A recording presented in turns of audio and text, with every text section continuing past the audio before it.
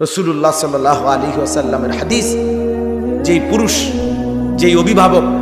তার স্ত্রী সন্তানের জন্য অশ্লীলতা, বেহায়াপনা, হারাম, নাপাকি, নাজায়েজ মেনে নেয়, কসম খোদার, নবী বলছে তাকে বলে দাইয়ুস, তার জন্য জান্নাত হারাম। আল্লাহ বলে, এই বান্দা, জিনা, ব্যভিচার,